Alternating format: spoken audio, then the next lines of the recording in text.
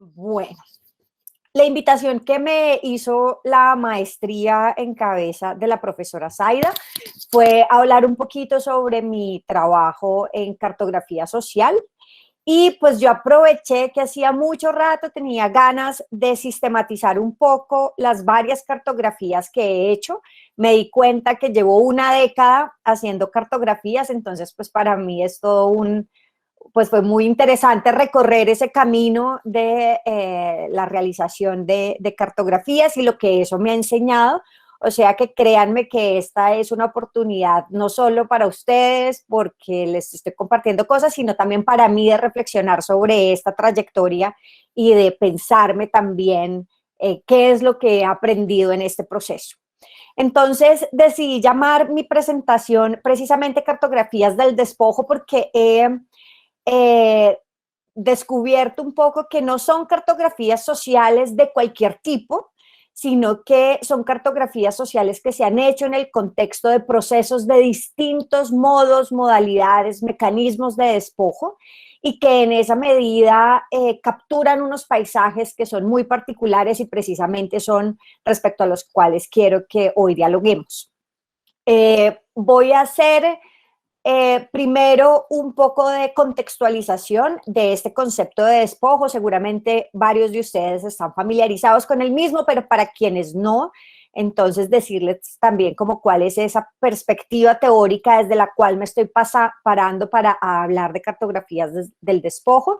Y después voy a mostrarles algunas de esas cartografías que he realizado en esta década para que podamos profundizar, ¿no?, sobre los aprendizajes tanto metodológicos como conceptuales, y después voy a hacer un poquito de amarre de esas ideas. Entonces, esto primero que ven ahí es de hecho la más reciente cartografía que he realizado y fue hecha en La Toma.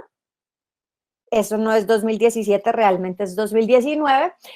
Y fue para un proyecto que intenta indagar los procesos de contaminación con mercurio y cómo las comunidades afrodescendientes en particular, que tienen esta situación de que pueden generar ciertas autonomías en su territorio, entonces cómo pueden ellas desde ese proceso autonómico de construcción de territorio y de posicionamiento político e identitario, cómo pueden hacer un control, una gestión ambiental del territorio en un contexto que es claramente tóxico.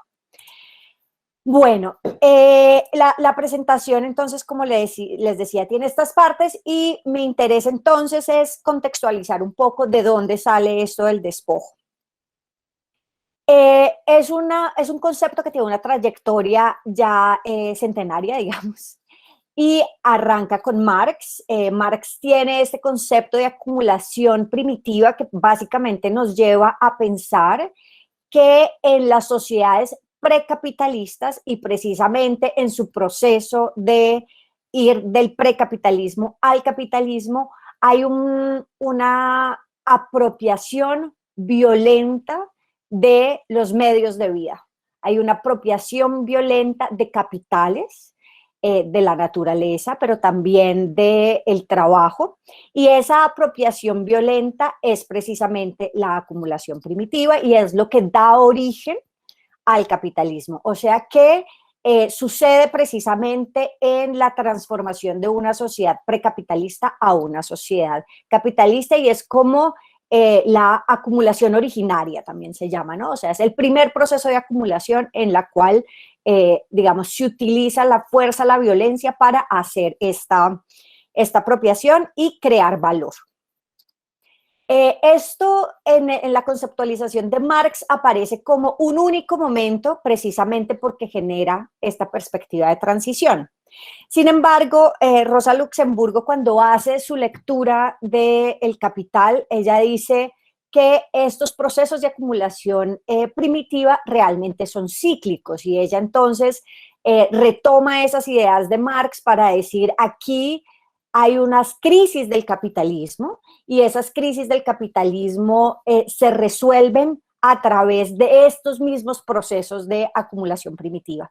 Esa fue entonces una formulación posterior a Marx y que dio ahí como unas bases para pensarse que no era un proceso único, sino que podría repetirse en otros momentos de desarrollo del capitalismo.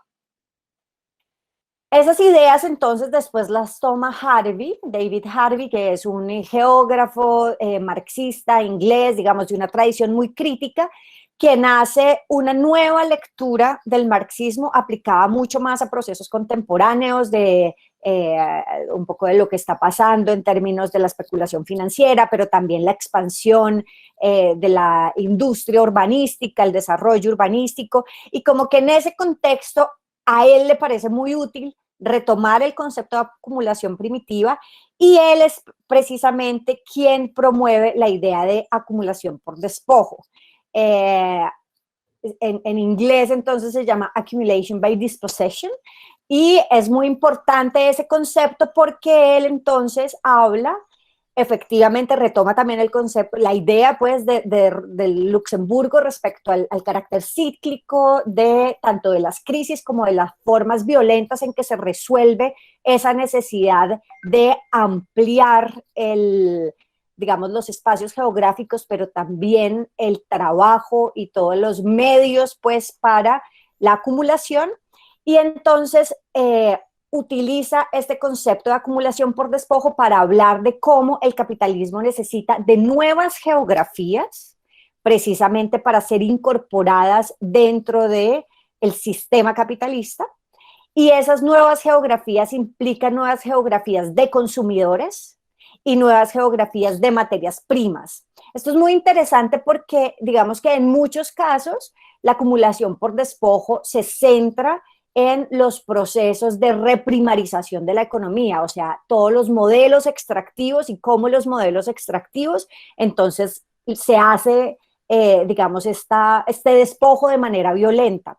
Pero resulta que lo que también es muy interesante de Harvey es que él nos llama a pensar en el otro lado del proceso o del sistema capitalista, y es precisamente la creación de nuevos consumidores. Eso es buenísimo pensarlo en contextos en donde conviven nuevos consumidores con nuevas geografías extractivas. Y para mí el ejemplo más ilustrativo de cómo suceden esas dos cosas al tiempo son los entornos de la minería ilegal de oro. Y le llamo así minería ilegal para diferenciarla de la minería tradicional que realizan pues las comunidades, sobre todo afrodescendientes, en la zona aquí del norte del Cauca, y que aunque no tienen título minero, son, digamos, formas muy tradicionales de hacer minería y están socialmente muy legitimadas. Entonces, cuando yo digo minería ilegal, se refiere no solamente al hecho de que no tiene título, sino que además son actores foráneos a ese territorio que vienen a apropiarse de unos bienes, en este caso el oro, para hacer una acumulación que además se realiza por fuera del territorio. O sea, es claramente, pues, como decir, una economía de enclave, ¿no? Donde se saca un bien natural, que en este caso es el oro, y se localiza en otro espacio, que es donde precisamente adquiere valor. Pero entonces les decía que ahí este es el lugar, o sea, es en este contexto de la minería ilegal, donde yo veo que uno puede rastrear estas formas en que a la vez se crean nuevos consumidores y nuevas materias primas. Entonces estaba pensando para hacer esta presentación en Dagua.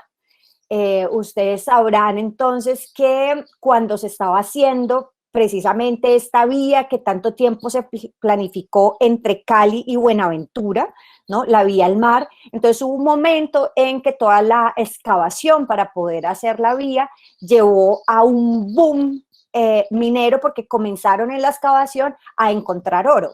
Allá ya se sabía que había oro y había un cierto una cierta extracción tradicional a punta de barequeo, pero es en ese momento, digamos, con estas grandes excavaciones que llevó el desarrollo de infraestructura a gran escala, como es una autopista de este tipo, que llegaron todos los mineros ilegales y entonces hubo una migración increíble.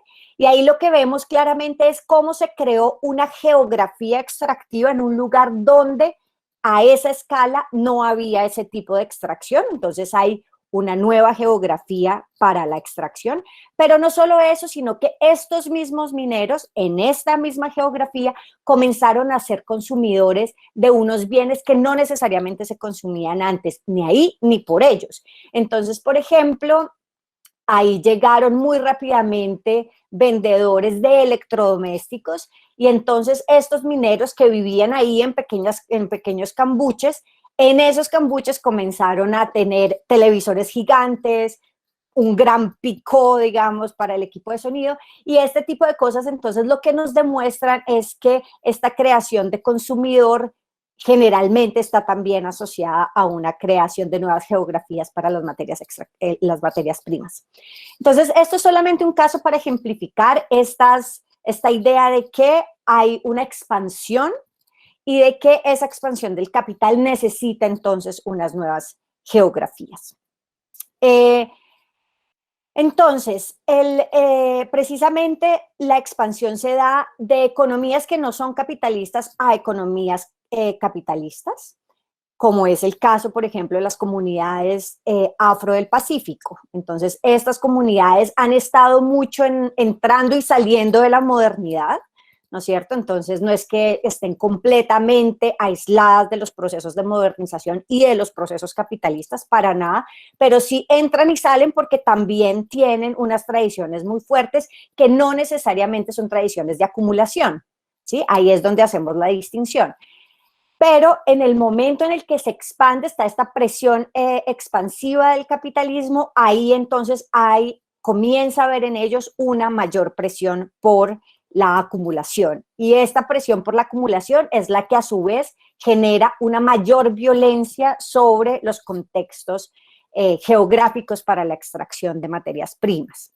Por otro lado, entonces esto nos lleva a pensar que hay geografías no explotadas que comienzan a ser explotadas, y el caso pues de Dagua es ejemplar en eso. O sea, antes uno iba a San Cipriano y todo el camino era un camino pues muy conservado, el río estaba claro, ¿no es cierto? O sea, era un entorno natural muy bonito, muy bien preservado, y también donde se mantenía una relación en relativo equilibrio entre la sociedad afrolocal y ese ecosistema, y este proceso como violento, rápido de extracción de oro cambia completamente la dinámica e implica unas afectaciones muy directas sobre las relaciones socioecológicas del lugar. Eso también cambia la mano de obra, y eso es otra cosa que es muy interesante, digamos, en este concepto de despojo, porque nos permite ver que comunidades que no necesariamente estaban dependiendo de ganar dinero en efectivo, comienzan entonces a tener esa necesidad, que es precisamente la necesidad creada, ¿no? Entonces, ellos que seguramente antes con un equipo de sonido de cierto alcance podían sentirse satisfechos, de pronto, a la vez que están ganando dinero, entonces también comienza, es una cosa como circular, ¿no? O sea, hay un deseo que también culturalmente comienza a impactar a la sociedad local, y asimismo se genera la necesidad de ganar más dinero, y eso proletariza, ¿no? Y esa proletarización también se ve en los contextos mineros, donde, por ejemplo, el que tiene el hueco para hacer lo que le llaman el cúbico para hacer la extracción, entonces subemplea o deja por turnos y cobra una parte por esos turnos, etcétera. Digamos que hay muchas modalidades, pero el caso es que cambian las relaciones de trabajo. Ese es como el punto al que vamos. Y lo que decíamos ahorita, digamos, se crean nuevos consumidores también a partir de la creación de nuevas necesidades.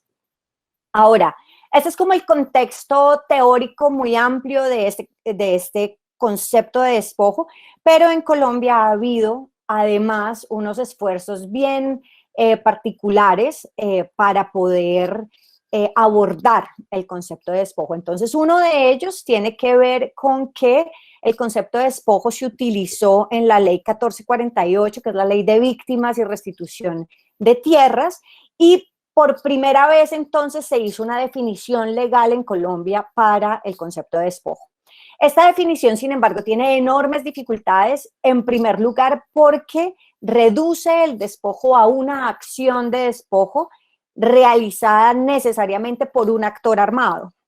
Entonces ahí ya hay dos restricciones que conceptualmente hablando nos dejan muy limitados para explicar los procesos de apropiación de bienes naturales, de transformación de las relaciones socioecológicas y de impacto, por supuesto, como en los medios de vida tradicionales. Entonces, frente a eso, que es la definición más legalista de despojo, en Colombia hay una autora muy importante que ha hecho un trabajo, Diana Ojeda, también desde la geografía feminista, para explicar cómo este concepto de despojo necesita ser pensado desde la cotidianidad. Y al pensarlo desde la cotidianidad, eso nos lleva necesariamente a pensar en formas que sí son violentas, pero no son necesariamente violentas por las armas, sino que son violentas por las relaciones de género, violentas por la forma abrupta en que cambian las relaciones intrafamiliares y que bien pueden ser relaciones que son sutiles, crónicas y cotidianas, es decir, no necesariamente pasan en una sola vez, como la acción armada, sino que puede pasar a lo largo de un tiempo, por ejemplo, cuando comienzan a moverse los cercos de una determinada frontera agrícola, ¿no es cierto? Entonces, hay alguien que está interesado en apropiarse de esta tierra y no viene a amenaza a nadie ni nada, pero comienza a mover el cerco y a mover el cerco. Y eso va pasando en el transcurso de una década y resulta que después de una década el cerco ya está movido y quienes fueron despojados de ese bien, que en este caso pues hipotético es la tierra, pues no lo sintieron de una, pero sí tuvieron una pérdida y muy seguramente eso afectó también sus vidas. Entonces, digamos que Diana ha hecho esa conceptualización para el caso específicamente de Montes de María, y esa es una referencia, digamos, obligada para pensarnos los procesos de despojo en un contexto como el colombiano.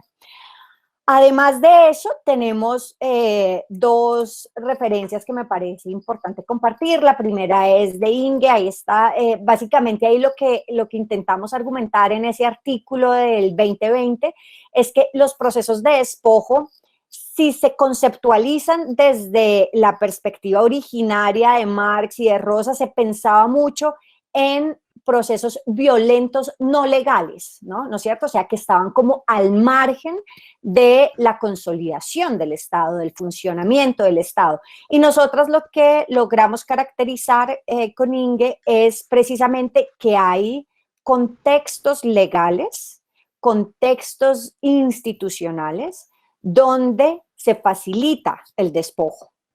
Entonces ahí lo que nosotras entramos a argumentar es cómo también un nuevo mecanismo de despojo violento puede también estar legalizado, entonces no hay una competencia y estaríamos básicamente cuestionando esa formulación inicial. Y por otro lado, este otro artículo, Toxic Dispossession, lo que intenta mostrar es que en Colombia hay muchos casos, y este es en particular el caso de la caña de azúcar, donde los procesos de despojo, el mecanismo de despojo, pasa necesariamente por la contaminación direccionada desde los actores capitalistas. Entonces hay unos actores capitalistas que utilizan como mecanismo de despojo una contaminación, como en este caso a través de las fumigaciones con glifosato para la maduración de la caña de azúcar. Bueno, entonces estamos en que este es el concepto, digamos, como que nos abarca de manera general para estas distintas cartografías que les voy a mostrar a continuación. Entonces, esta primera cartografía, bueno, son dos, entonces lo que nos muestra es cartografías de un mismo territorio. La primera cartografía, la que digamos tiene más colores y tiene también más meandros del río, es una cartografía que fue realizada con adultos mayores del corregimiento del Hormiguero en el año 2011. Y 5 años después, en el marco de un proyecto diferente, decidimos realizar una cartografía nueva sobre ese mismo territorio. La primera cartografía, la más colorida, esa intentaba reconstruir, hacer como un ejercicio de memoria geográfica con esta comunidad para entender cómo era el territorio antes de la expansión de la caña de azúcar. Y entonces el paisaje quedó dibujado de esa manera. 5 años después, cuando volvimos al territorio, lo que quisimos hacer fue reflejar cómo estaba el paisaje hoy en el territorio. Y el contraste es tremendo, porque nosotros lo que a través de estas dos cartografías podemos comprender es que ha habido un proceso claro de acaparamiento, no necesariamente de la propiedad de la tierra, porque básicamente, aunque en todo el valle geográfico del río Cauca ha habido ciertos cambios de propiedad, realmente lo que más ha afectado los medios de vida tradicionales de comunidades afrodescendientes es el cambio sobre el control del uso de la tierra. Les voy a contar un poquito más sobre esto, pero digamos que en primer lugar lo que me interesa es que veamos las diferencias entre ambos mapas y les voy a contar cómo yo los interpreté en su momento. Entonces, yo aquí lo que veo es el primer cambio fundamental en estas dos cartografías para mí es el río. O sea, en la cartografía histórica, el río era un elemento central al territorio y era tan central que hace parte como que atraviesa el mapa en varios, por lo menos en el 50% del dibujo, ¿ven? O sea, hasta ahí como que el 50% de ese mapa son los movimientos de ese río. En cambio, en la cartografía contemporánea, nosotros vemos ahí que el río se convierte en un límite. Ese límite es lo que nos muestra que este territorio ya se acabó, pero no tiene ninguna interacción con lo que uno ve vivo en ese mapa. ¿No es cierto? En el mapa más contemporáneo lo que nosotros vemos vivos son como esos centros poblados, que además es lo que tiene más color, pero el río está completamente aislado de esos centros poblados. Y entonces ahí lo que uno comienza a entender es que efectivamente una de las grandes pérdidas cuando en el hormiguero se perdió el uso sobre la tierra fue también una pérdida del uso sobre el río.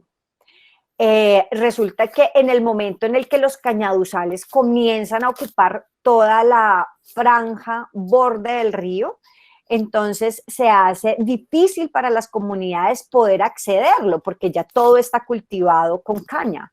Entonces ellos perdieron físicamente las rutas de acceso al río. O sea, de alguna manera esto fue una privatización del uso, no solamente del uso del suelo, sino también del uso del agua. Y eso entonces es una cosa que aparece ahí de manera muy interesante. Lo otro que es muy claro es la homogenización del paisaje, ¿no? Entonces cuando vemos en el paisaje más histórico la diversidad de frutos, que básicamente se representan ahí con colores, contrasta mucho lo que pasa hoy en el hormiguero y es que no hay nada, no hay otro cultivo distinto a la caña de azúcar.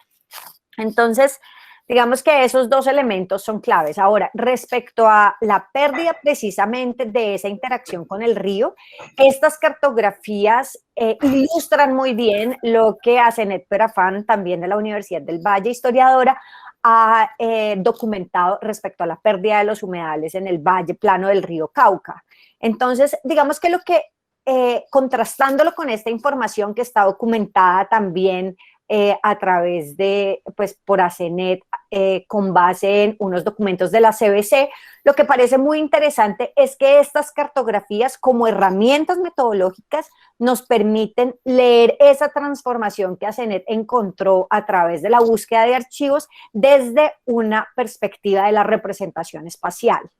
Entonces, digamos que es una entrada diferente y muy seguramente complementaria sobre lo que uno puede hacer, por ejemplo, en una revisión de archivo. Y ahí comenzamos a ver, digamos, cuál es la riqueza de ese tipo de herramientas metodológicas.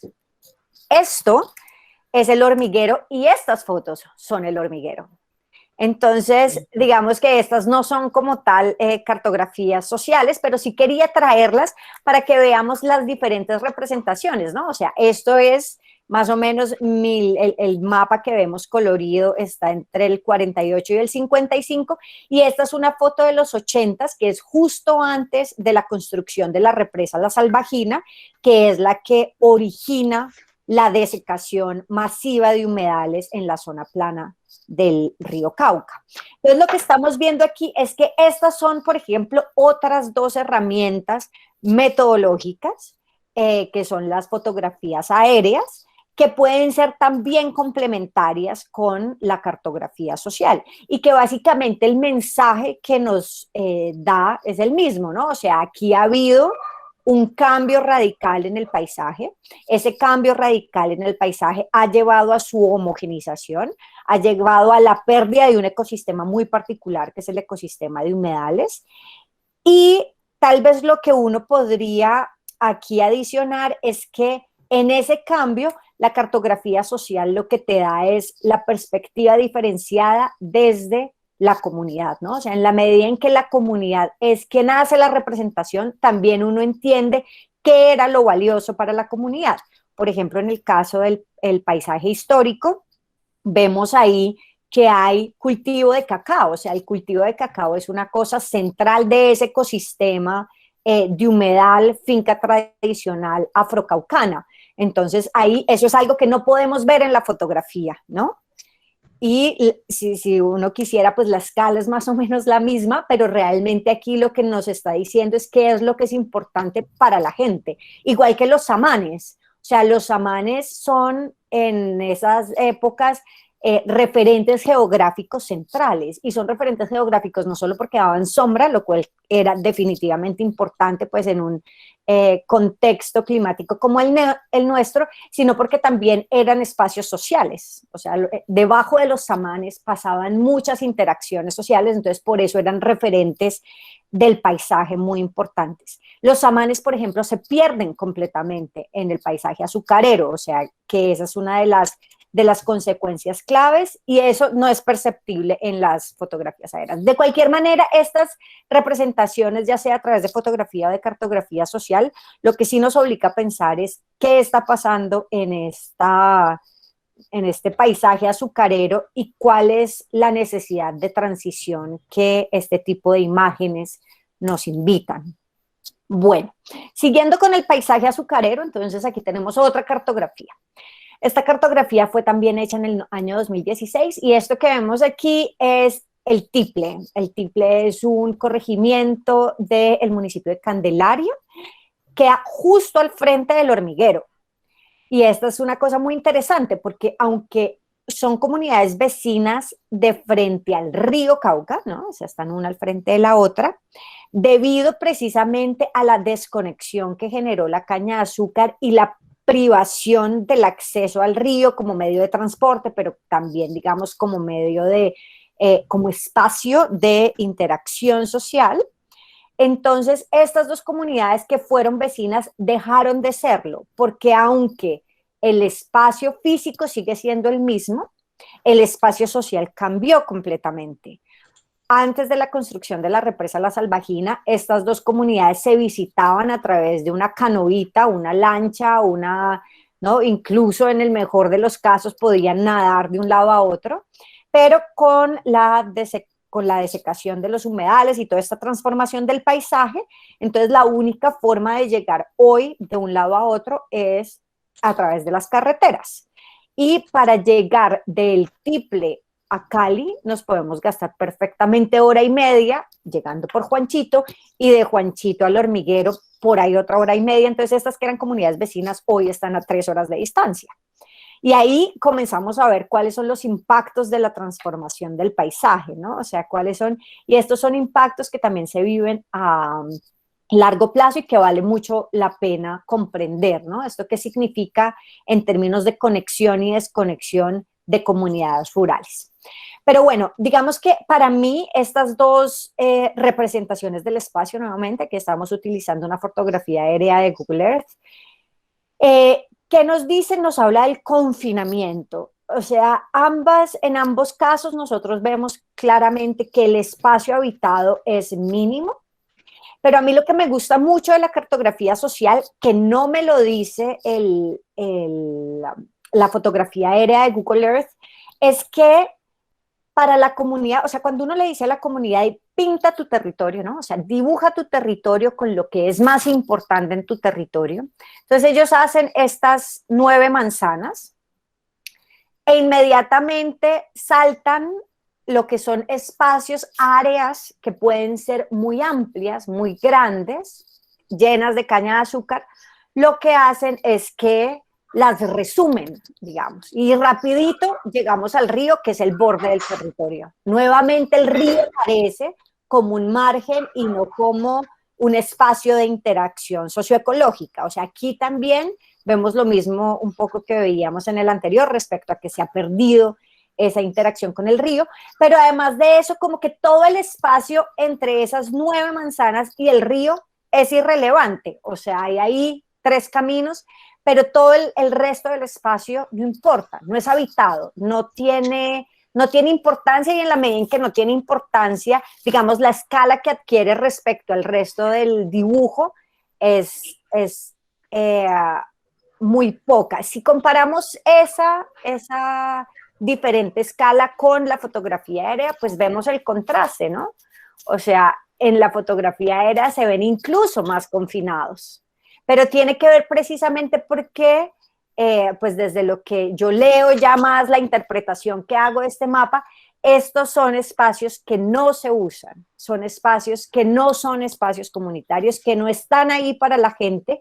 Entonces, en la medida en que no existen socialmente hablando, pueden resumirse así, ¿no? Es de alguna manera una metáfora de espacio lo que termina sucediendo ahí. Y eso, pues, por supuesto, es muy coherente con un dato ya, pues, estadístico, que es que el 98% del área del corregimiento del Tiple está hoy ocupada por caña de azúcar. Para mí aquí comienza a haber preguntas interesantes, y es que el 77% de esos habitantes son habitantes negros, afrodescendientes, afrocolombianos. Entonces yo aquí lo que también comienzo a preguntarme con este tipo de cartografías, y esto utilizando, por supuesto, otras metodologías complementarias, pues pueden ser encuestas o también observación o entrevistas, es que en la medida en que la mayoría de los habitantes confinados a este tipo de espacio, pero también a quien se les ha privatizado el resto de su territorio, que ha sido territorio tradicional afrodescendiente, son habitantes negros, y en ese sentido uno puede pensar que aquí hay una racialización de ese confinamiento, ¿no es cierto? Entonces, ¿a quiénes les quedan los espacios? ¿De quiénes son todos esos espacios que para los habitantes negros han quedado como completamente reducidos, y entonces quiénes los han apropiado? ¿Cuáles son los actores? ¿Son actores de qué tipo? Y es muy interesante que esta comunidad en particular se refiere a ellos como los ricos. Entonces, para mí aquí hay no solamente una racialización, sino también una relación de clase muy fuerte, en donde la población afrodescendiente local se identifica no solamente por ser negra, sino también por ser pobre, en contraste con una población que ellos llaman rica y que es quien se ha apropiado de su territorio tradicional. Bueno, aquí vamos un poco cambiando, pero seguimos en el contexto de la expansión de la caña y de digamos, las geografías de los desiertos verdes que llaman, ¿no? Y es todas estas geografías de monocultivos, y cómo esas geografías de monocultivos generan un impacto también sobre la gente. Esta es entonces una cartografía de López Adentro. López Adentro es un municipio del norte del Cauca, en contraste con El Hormiguero y con El Tiple, que son municipios del Valle. Aquí estamos entonces en el Cauca, pero básicamente el proceso de consolidación del sector azucarero aquí es muy parecido, con la diferencia de que estamos hablando aquí, por un lado, de que es un territorio de comunidades indígenas, Entonces, quienes han sido despojados han sido comunidades indígenas, que son pues igual étnicamente diversas, pero tienen unas diferencias tanto identitarias como políticas que son importantes. Y por otro lado, me importa mucho que esto es piedemonte, ¿no? Entonces, el piedemonte en el norte del Cauca tiene unas características bien singulares, porque el piedemonte tiene unos actores de apropiación y de disputa del territorio que son diferentes. Entonces, yo quiero que lean conmigo este mapa de la siguiente manera. Y es, nosotros tenemos aquí un mapa que básicamente está partido en dos, ¿no es cierto? O sea, tiene la parte inferior del mapa, donde está el monocultivo, y tiene la parte superior del mapa, donde hay una diversidad de cosas que ya vamos a ir a entender, pero digamos que lo primero es leer ese contraste. Ahora, cuando ya vamos a entender qué es lo que significan como estas diferencias de color en estos mapas, lo que vemos es que la parte inferior del mapa es efectivamente monocultivo de caña de azúcar y de arroz. La caña de azúcar, por un lado, digamos en la medida en que esto es un resguardo y tiene titulación, etcétera, entonces es una caña de azúcar que siembran los comuneros y que de todas formas es explotada, manejada y toda su, digamos, la acumulación del capital que ahí se genera, lo acumula Incauca y Manuelita. Son como las dos empresas que están ahí y que son con quienes las comunidades indígenas hacen el negocio para alquilarles las tierras o tener otro tipo de relación comercial. Pero es importante saber que de todas formas todo el manejo agronómico de la caña de azúcar está siempre a cargo de Incauca y Manuelita. Y por otro lado, otro modelo de monocultivo que se desarrolla aquí es el del arroz. Y esto también resulta muy interesante porque la zona plana entonces tiene dos, digamos, es un monocultivo, no es monocultivo, sino bimodal, ¿no? Es bimodal, pero aún así es un paisaje homogéneo y aún así, precisamente porque ambos son monocultivos, el tipo de manejo agronómico es supremamente demandante en agrotóxicos. Entonces uno lo que comienza a preguntarse ahí es cómo una comunidad que se luchó a muerte, porque esta comunidad es de las primeras que hizo ocupación de tierras en el norte del Cauca cuando apenas estaba surgiendo la CIN, y pusieron muchos muertos precisamente ahí mismo en López Adentro, que fue la primera hacienda que recuperaron en esa época. ¿Cómo es que después de recuperado y después de haber hecho todo ese proceso de movilización social, terminan cultivando caña de azúcar y arroz? O sea, es como, parecería como contradictorio respecto a precisamente la demanda de autonomía que los indígenas en su momento estaban buscando al hacer la recuperación de tierras. Y resulta que si uno se va a profundizar sobre qué fue lo que pasó, uno entiende que hubo unas acciones institucionales muy concretas que fueron llevando a los indígenas a una sin salida respecto a qué cultivar en la zona plana. Y tal vez lo más importante de eso fue el rol que jugó el Banco Agrario, porque el Banco Agrario, por supuesto, guiado desde las políticas del Ministerio de Agricultura, condicionaba todos los préstamos para adecuación de tierras a cultivos que tuvieran comercialización asegurada. Entonces, cuando los indígenas llegan y ocupan el territorio, lo primero que quieren comenzar a hacer es, pues, a sembrar arroz, a sembrar un poco de comida, como le llaman ellos, pero la presión para la adecuación de tierras viene desde actores institucionales externos y esa presión termina llevándoles a que los únicos actores comerciales que están dispuestos a comprarles los cultivos son una arrocera y, por supuesto, los ingenios azucareros. Entonces, la única forma de ellos poder acceder a esos recursos del Estado era, por supuesto, adecuando su modelo productivo a lo que, digamos, la hegemonía agraria del capitalismo agrario podía ofrecerles en este territorio. Entonces, eso es una cosa que es interesante para entender también cuáles son los poderes cuáles son los procesos micropolíticos que terminan definiendo un paisaje como este.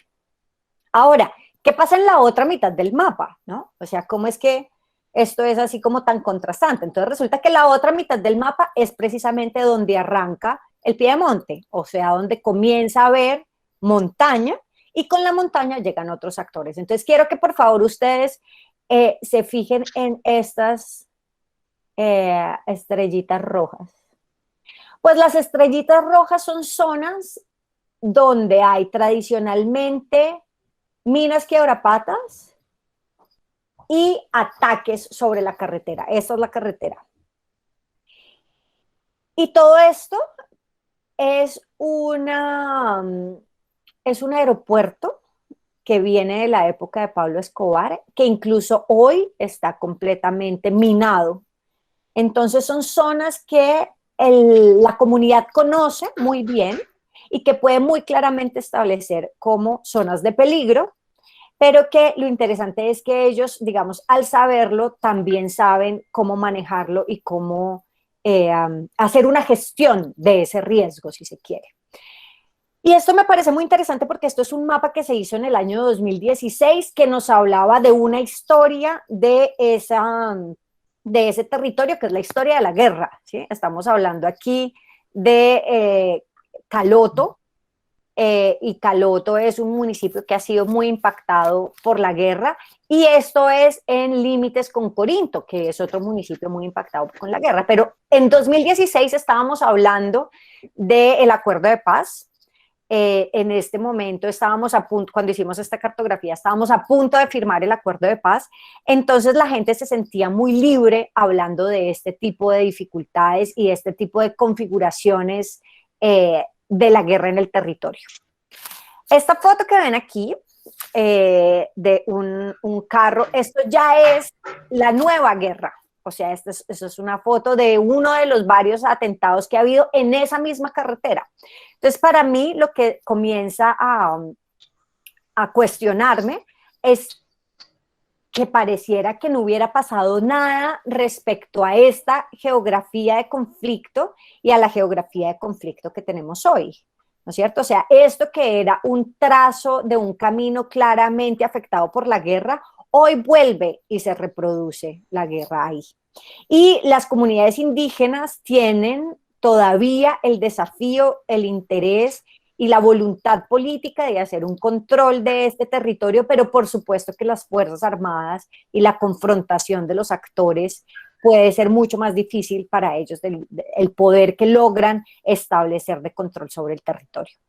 Y esto entonces para mí tiene un contraste tremendo con estas estrellitas que ustedes ven en la parte más superior del mapa, que precisamente nos habla de la sacralidad del territorio y de cómo para ellos los nacimientos de agua son espacios sagrados.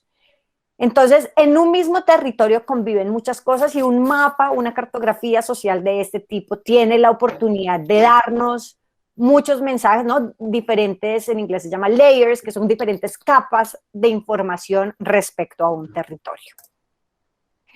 Bueno, nos vamos entonces para otra geografía del despojo. En este caso estamos en Yolombó.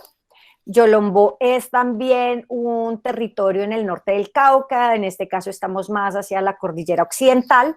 Y este es un mapa que lo hicimos específicamente después de que varios miembros de una comunidad nos informaran sobre la muerte masiva de peces sobre el río Ovejas. El río Ovejas es un río que desemboca después de la reserva de la Salvajina en el río Cauca. Un momento que tengo. Yo no tengo.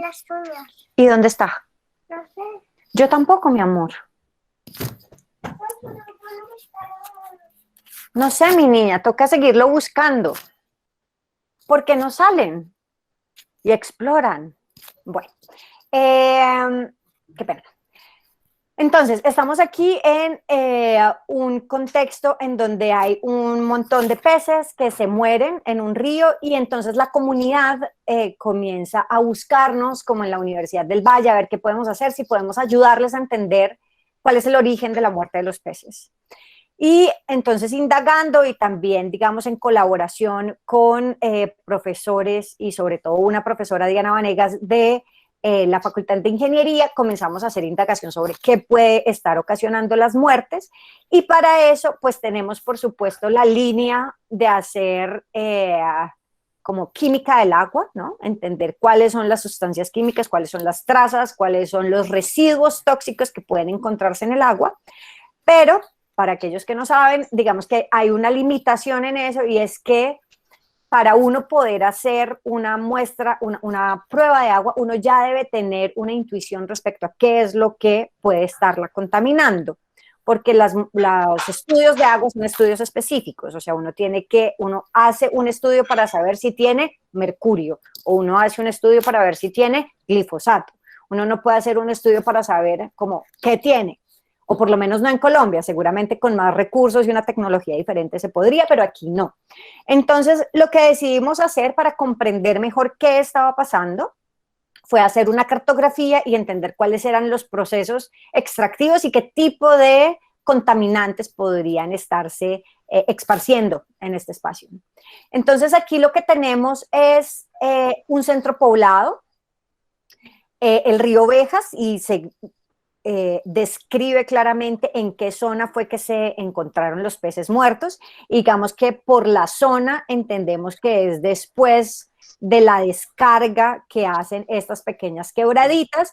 Entonces nos vamos quebrada arriba para entender qué está pasando en este territorio, en la parte de arriba de estas quebradas. Y entonces ahí encontramos que hay tres entables mineros, les llaman, que son entables de foráneos anclados en territorios tradicionales de comunidades negras, y donde a través de unas transacciones que por lo general son bastante difusas, transacciones económicas quiero decir, estos entables, digamos, pueden hacer un uso casi que sin que la comunidad se entere de procesos extractivos de ahí. En particular, entonces, después de que ya nos dicen, aquí tenemos estos tres entables, entonces nosotros decidimos hacer una primera visita y fuimos como muy desprevenidamente a comprender qué estaba pasando en los entables. Y claro, como en ese momento llegábamos solo dos profesoras, yo creo que además éramos mujeres y eso daba también como, y jóvenes, ¿no? Y ambas llevábamos como nuestros hijitos chiquiticos cargados. Yo creo que nos vieron como muy indefensas. El caso es que quienes nos atendieron en cada una de las minas abiertamente nos explicaron que usaban mercurio, que usaban cianuro, que lo hacían de esta manera, nos mostraron los lodos de cianuración, nos mostraron cómo hacían la recuperación del mercurio.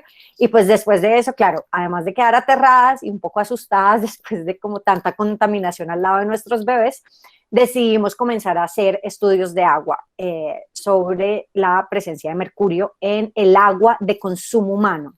O sea, no lo hicimos específicamente para entender cuánta descarga hay al ambiente, sino más bien si el agua que consumen las personas está contaminada o no.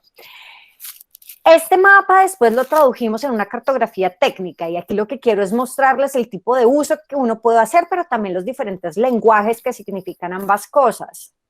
O sea, si uno quiere hacer una publicación sobre la presencia de mercurio en seguramente la cartografía técnica es más útil. Si tú quieres hablar de cómo hay aquí una presencia de actores que son foráneos y que están en medio de un territorio tradicional, seguramente la cartografía social es más útil.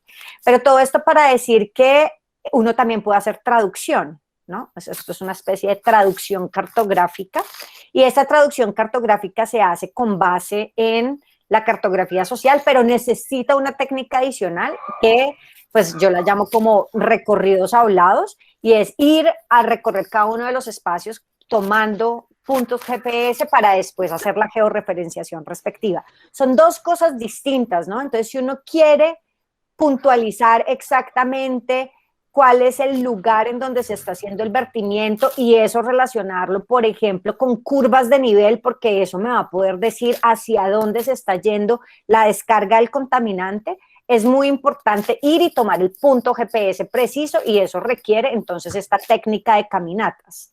Si realmente tú no quieres, no necesitas saber con precisión ese punto porque tú no estás haciendo un estudio sobre trazas de mercurio o sobre la contaminación de peces, etcétera, seguramente una cartografía social es más útil y da otro tipo de interacciones con la comunidad y otro tipo de, como, digamos, referentes de reflexión con ellos, pero también académicos.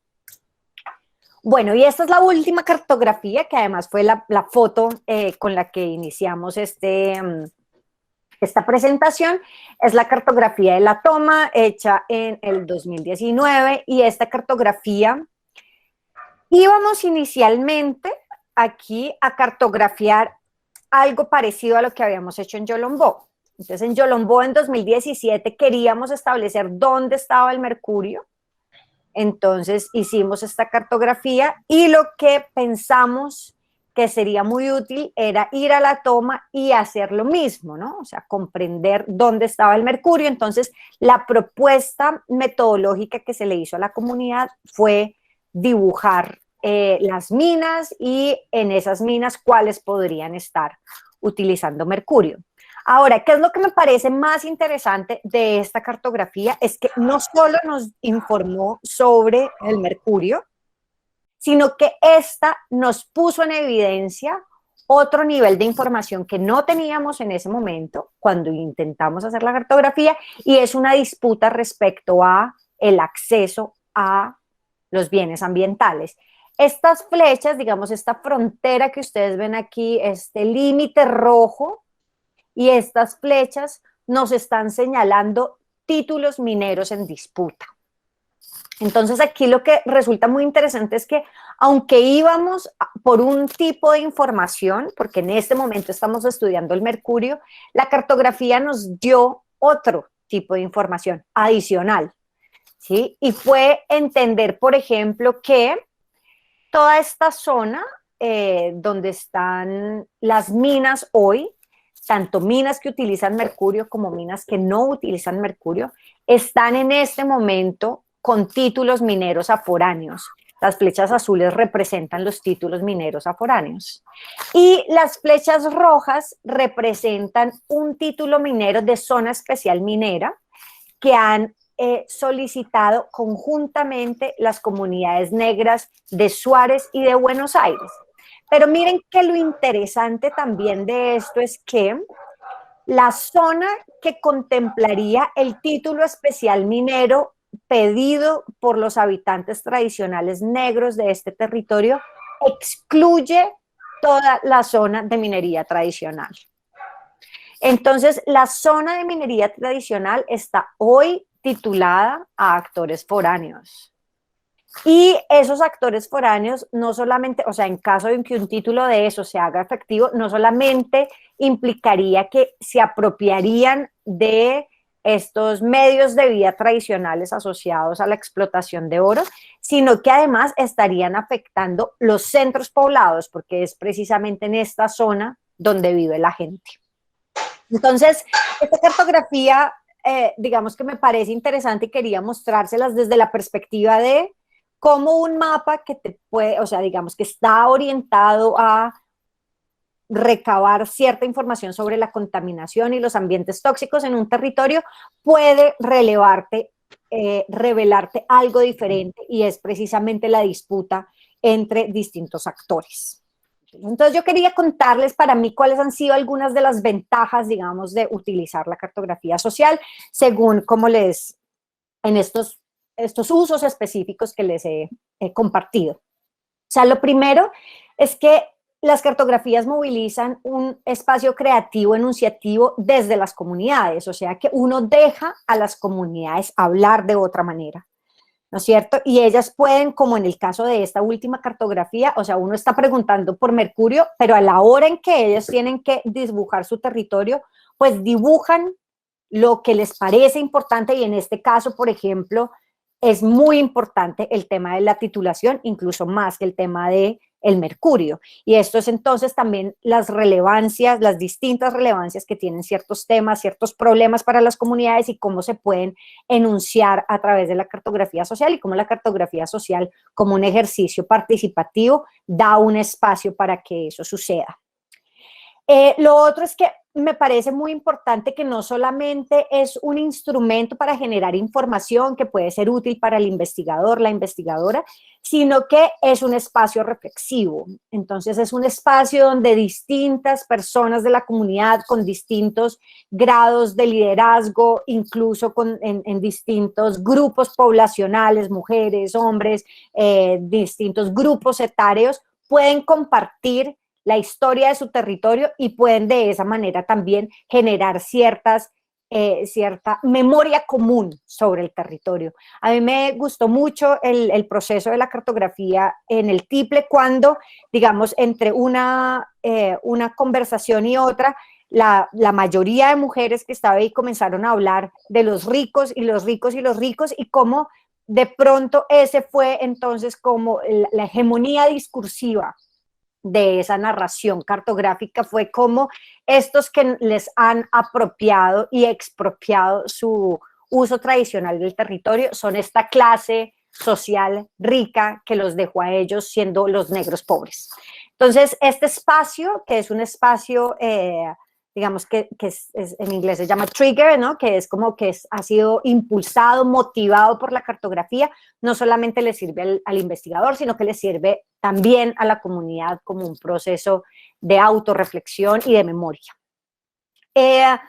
Lo otro que también me parece clave es que hay cosas que no son fáciles de hablar, ¿no? O sea, por ejemplo, esta cartografía de López Adentro, o sea, no te van a decir en una entrevista fácilmente, aquí hay minas, quebrapatas, está, ¿no? Está la pista de aterrizaje de Pablo Escobar, o sea, eso no sale fácilmente, o sea, asuntos sensibles de cómo se configura un territorio que no se dicen fácilmente a través de una entrevista y que en cambio la cartografía permite vislumbrar eso.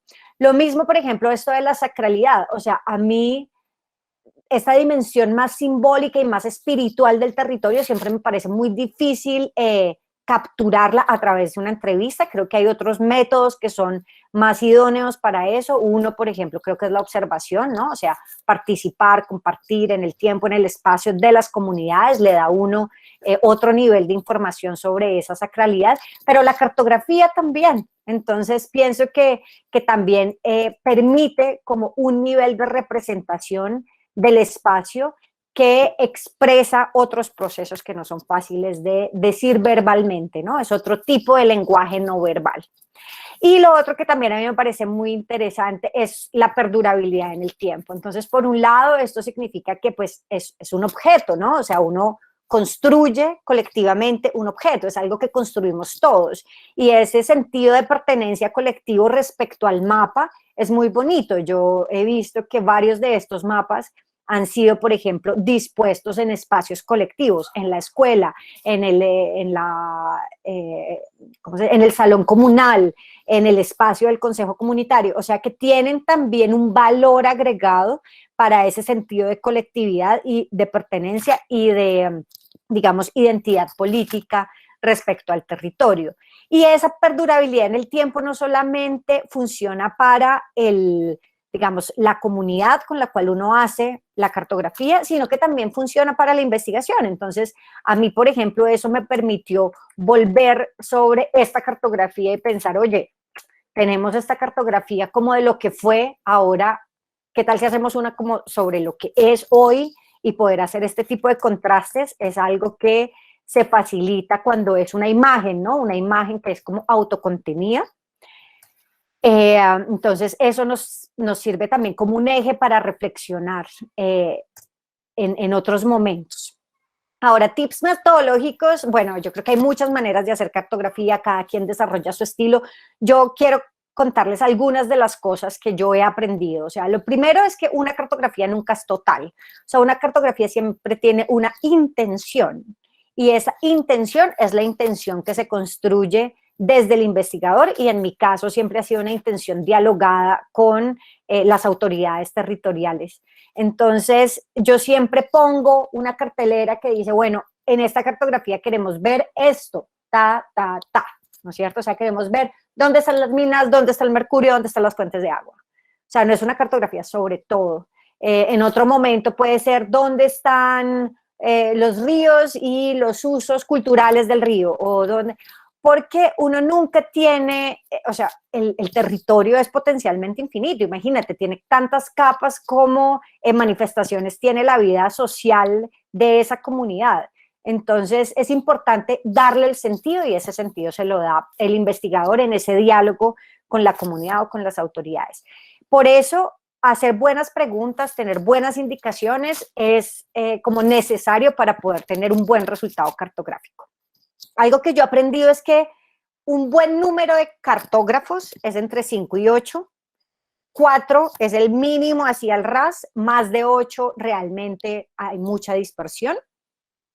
Pero a mí me encanta trabajar como con algo que yo le llamo como una dona, ¿no? Entonces hay un círculo interno que son los cartógrafos, y entonces los cartógrafos van contando, van dibujando, tal, y hay un círculo exterior, o sea, yo nunca cierro mi taller de cartografía solamente el número de personas que van a dibujar, sino que dejo que haya gente en un entorno más amplio, que es gente que va a estar comentando sobre el proceso, que va a estar dialogando sobre el territorio, y en ese sentido, metodológicamente, me parece clave que haya alguien orientando el proceso de dibujo del mapa y alguien tomando notas de lo que está pasando y sobre todo de los diálogos que se generan con ese, como el inner circle y el outer circle, ¿no? Como el circulito de adentro y la gente que está ahí como más, diría uno, un poco los más chismosos, pero que realmente le dan como vida al ejercicio, al taller. Lo otro es que uno generalmente invita a una cartografía al que más conoce el territorio, o sea, en el criterio de selección de cómo hiciste la selección para tus cartógrafos, pues porque debe conocer el territorio y o la problemática de la que vamos a hablar, di tú, la minería o algo así. Pero eso no es suficiente, porque me ha pasado que mucha gente que conoce perfecto el territorio en términos de vivir el territorio, caminar el territorio, reconocer dónde está, no dibujan. Y eso pasa mucho también en los contextos de donde digamos, hay una literacy,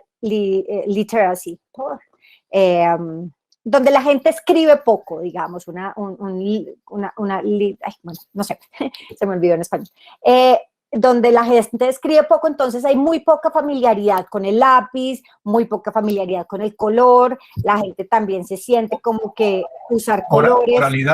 Oralidad. Hay mayor oralidad y menos escritura, digamos. Entonces, digamos que ahí vale mucho la pena pensarse en que debe haber también dibujantes. Y a mí este tema de los dibujantes me ha funcionado muy bien, invitar jóvenes.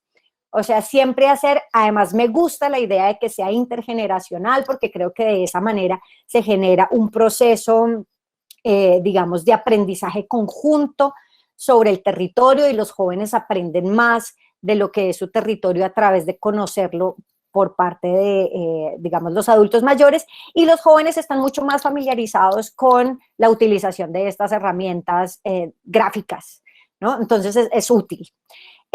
Lo otro que también me parece importante es la calidad, o sea, suficiente tiempo para dibujar, o sea, una cartografía no se hace de afán, entonces necesitas darte tu tiempo dependiendo de la complejidad, pero nunca menos de 2 horas, pues, o sea, la cartografía más simple, requete simple, te va a durar 2 horas, y eso que si tienes como una cartografía técnica base sobre la cual trabajar, de lo contrario puede durar mucho más.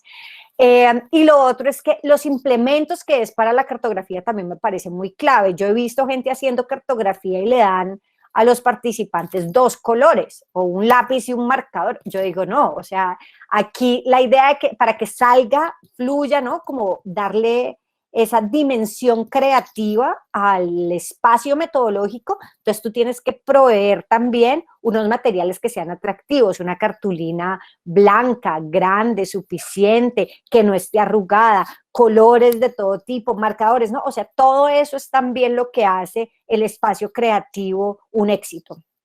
Y finalmente, es algo que uno piensa siempre como ya al final, pero que puede ser un verdadero dolor de cabeza y es, o sea, ¿cómo vamos a digitalizar esto?